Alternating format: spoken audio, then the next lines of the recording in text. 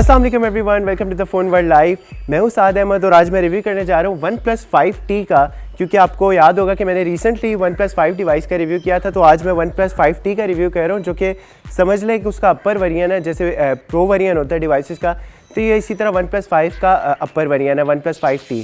और व्यूअर्स, सबसे पहले मैं इस डिवाइस के हवाले से आपको बताता चलूँ, जो मैंने बताया था आपको, जो मुझे थोड़े बहुत कॉन फील हुए थे OnePlus 5 डिवाइस में, जो कि डिज़ाइन पॉइंट ऑफ व्यू से मैंने आपको बताया था। उसके अंदर फुल व्यू का डिस्प्ले नहीं आपको मिल रहा था, तो इस डिवाइस ने मेरी वो वाली ख्वाहिश पूरी कर दी, क्योंकि इसके अंदर आप देख सकते हैं आपको फुल व्यू का डिस्प्ले मिल रहा है, काफ़ी अच्छा डिस्प्ले मिल रहा है। और ऊपर आप देख सकते हैं एजेस काफ़ी ज़्यादा कम है, जिसकी वजह से स्क्रीन इसकी काफ़ी ज़्यादा अच्छी बड़ी लग रही है आपको। लेकिन व्यूअर्स, मैं आपको बताता चलूँ, जो कॉन मुझे OnePlus 5 में, जो कि एक बहुत मेजर कॉन था, उसके कैमरा के हवाले से ऑप्टिकल इमेज स्टेबलाइजेशन का फीचर नहीं अवेलेबल था।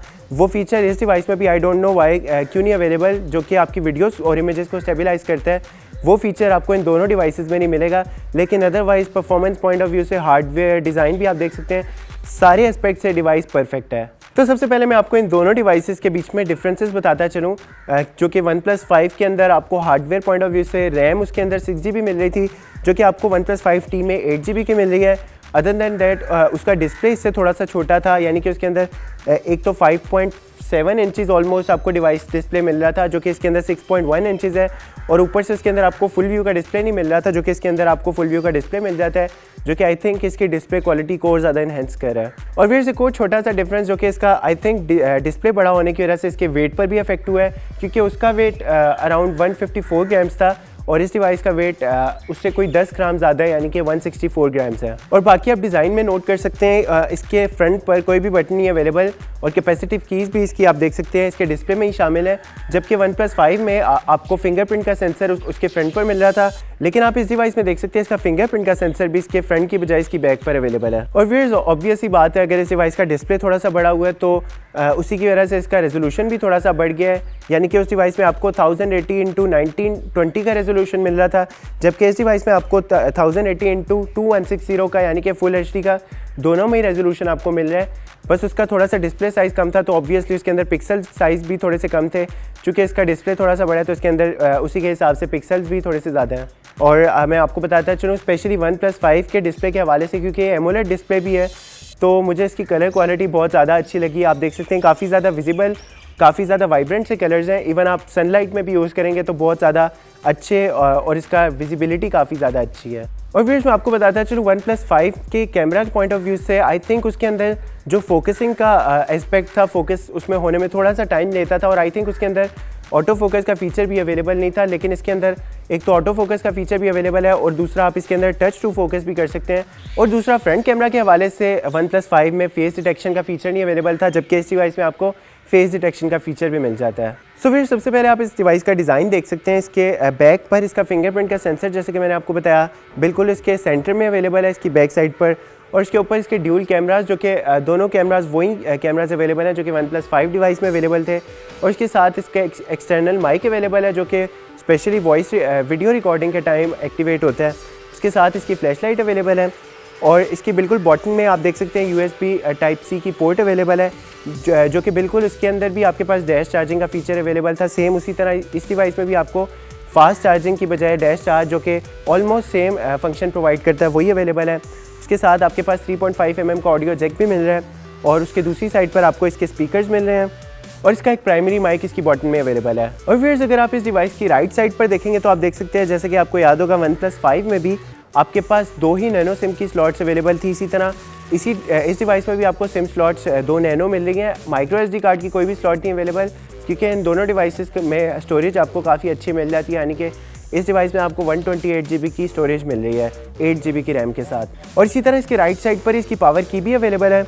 और ऑन दी अदर हैंड इसके लेफ्ट साइड पर, जैसे कि मैंने आपको बताया था, OnePlus 5 में भी आपके पास यही स्विच अवेलेबल था, जिसके थ्रू आप इसकी प्रोफाइल्स को चेंज कर सकते हैं।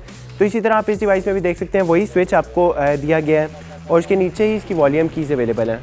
तो व्यूअर्स, अगर बात की जाए इस डिवाइस के हार्डवेयर के बारे में, तो मैं आपको बताता चलूँ, इस डिवाइस में भी आपको सबसे अच्छी बात यही है कि इसके अंदर आपको Qualcomm Snapdragon 835 का चिपसेट मिल रहा है, जो कि Qualcomm का सबसे ज़्यादा हाई एंड चिपसेट है, जो कि फ्लैगशिप डिवाइसेस में ही अवेलेबल है, वही आपको इस डिवाइस में मिल रहा है। और उसके साथ साथ बल्कि आपको GPU का चिपसेट भी इस डिवाइस में भी आपको Adreno का 540 का मिल रहा है, जिसके थ्रू इसके अंदर एक तो डिस्प्ले क्वालिटी भी बहुत ज़्यादा अच्छी है, दूसरा ग्राफिक प्रोसेसिंग यूनिट की प्रोसेसिंग भी बहुत ज़्यादा अच्छी है। उसकी परफॉर्मेंस स्पेशली Antutu बेंचमार्क के जो 3D टेस्ट टूल है उसके अंदर अगर आप फ्रेम पर सेकंड की स्पीड एवरेज पर देखेंगे तो आई थिंक 40 फ्रेम्स पर सेकंड, जो कि बहुत ज़्यादा अच्छी स्पीड है, जो कि सिर्फ आपको फ्लैगशिप डिवाइसेस में मिलती है, वो आपको इस डिवाइस में मिल रही है। और इसके साथ साथ रेजोल्यूशन इसके अंदर आपको 1080x2160 का यानी कि फुल HD का रेजोल्यूशन मिल रहा है। और इसके साथ साथ स्टोरेज में आपको 8GB की रैम और 128GB की रोम, जो कि बहुत ज़्यादा बड़ी रोम है।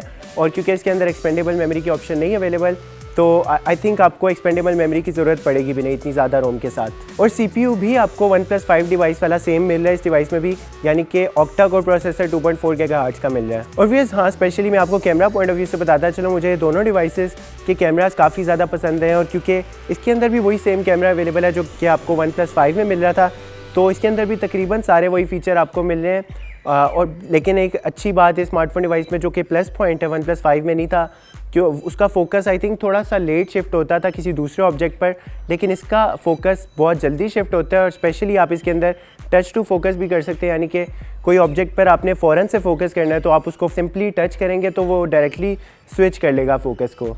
और फिर कैमरास भी इन दोनों डिवाइसेस में चूँकि सेम है, तो मैं आपको बताता चलो इन दोनों कैमरास के रेजोल्यूशन भी तकरीबन दोनों डिवाइसेस में सेम है, जो कि 16 मेगापिक्सल का फ्रंट और बैक कैमरा उसमें अवेलेबल था, वही इसमें भी अवेलेबल है।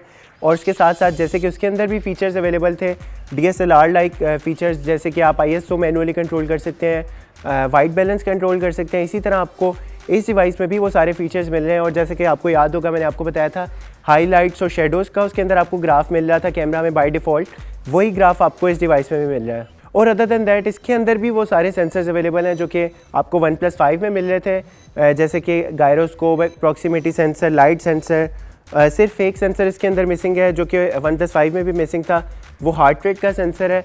और हार्ट रेट का सेंसर आई थिंक अभी सैमसंग के अलावा बहुत कम किसी डिवाइस में अवेलेबल है, सैमसंग में ही अवेलेबल होता है। और क्योंकि मैंने आपको बताया था हार्ट रेट का सेंसर एज सच इतना कोई लोग यूज़ नहीं करते और ना ही कोई इतना ज़्यादा ज़रूरी होता है किसी स्मार्टफोन में, तो वो कोई इतना ज़्यादा बड़ा कौन नहीं है, क्योंकि बेसिक सेंसर्स आपको तकरीबन सारे मिल जाते हैं इन दोनों डिवाइसेस में।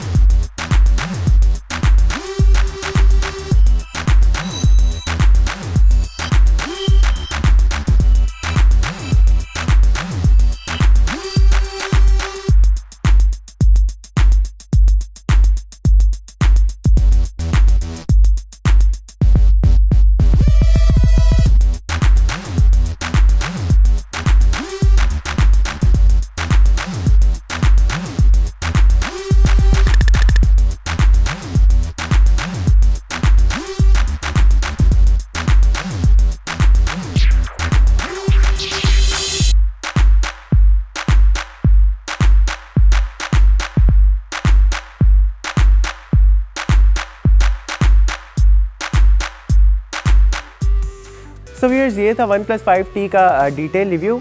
उम्मीद है आपको काफ़ी हद तक समझ आ गया होगा OnePlus 5T डिवाइस के बारे में भी और OnePlus 5 के बारे में भी। वेल व्यूअर्स, अगर मैं अपना पॉइंट ऑफ व्यू शेयर करूँ इस डिवाइस के हवाले से, तो मुझे तो बहुत ज़्यादा अच्छी लगी है डिवाइस। स्पेशली जो पॉइंट्स मुझे OnePlus 5 डिवाइस को यूज़ करने के बाद जो मुझे मिसिंग लग रहे थे उसके अंदर एस्पेक्ट्स वो इस डिवाइस में पूरे हैं, जैसे कि फुल व्यू का डिस्प्ले। हाँ, कलर क्वालिटी और डिस्प्ले क्वालिटी उसकी भी बहुत ज़्यादा अच्छी थी, लेकिन इसके अंदर आपको चूँकि फुल व्यू का डिस्प्ले मिल जाता है, तो I think gaming point of view से और मल्टीमीडिया पॉइंट ऑफ व्यू से इसके एक्सपीरियंस को और ज़्यादा इन्हेंस कर देती है चीज़। और हाँ, दूसरा, क्योंकि मैं नोट यूज़ करने का आदी हूँ, तो मुझे यूजुअली बड़ी डिवाइसेस यूज़ करने की आदत है। तो OnePlus 5 जो कि सिंपल वेरिएंट थी, वो मुझे थोड़ी छोटी फील हो रही थी। और क्योंकि उसके अंदर डिस्प्ले साइज़ भी थोड़ा सा छोटा था, उसके ऊपर बेजल साइज़ थोड़ा सा ज़्यादा था, तो इसके अंदर आपको एक तो बेजल साइज़ भी बिल्कुल छोटा सा मिल रहा है क्योंकि फुल व्यू का डिस्प्ले है, और दूसरा इसका साइज़ थोड़ा सा ज़्यादा बड़ा है, यानी कि 6.1 इंचेस के डिवाइस। तो I think design point of view से स्पेशली उन लोगों के लिए काफ़ी ज़्यादा अच्छी लगेगी जिनको बड़ी डिवाइसेस यूज़ करने की आदत है। और हाँ, हार्डवेयर और परफॉर्मेंस पॉइंट ऑफ व्यू से तो मुझे पहले से पता था कि इन दोनों डिवाइसेस की परफॉर्मेंस बहुत ज़्यादा अच्छी होगी। और आप देख सकते हैं बेशक वो 3D पॉइंट ऑफ व्यू से हो, गेमिंग पॉइंट ऑफ व्यू से हो, परफॉर्मेंस पॉइंट ऑफ व्यू से, दोनों की परफॉर्मेंस काफ़ी ज़्यादा स्मूथ है। तो आई थिंक ये डिवाइस डिज़र्व करती है। और स्पेशली अगर देखा जाए तो प्राइस पॉइंट ऑफ व्यू से बाकी फ्लैगशिप की प्राइसेस काफ़ी ज़्यादा हाई होती हैं, और क्योंकि इसकी प्राइस इतनी ज़्यादा कोई हाई नहीं है, तो आई थिंक इस प्राइस रेंज में बहुत अच्छे से कम्पीट करने वाली है मार्केट में। सो व्यूअर्स, मिलूंगा आपसे नेक्स्ट टाइम किसी न्यू स्मार्टफोन डिवाइस के रिव्यू के साथ। तब तक के लिए अपना बहुत ज़्यादा ख्याल रखिएगा। टेक केयर, अल्लाह हाफिज़।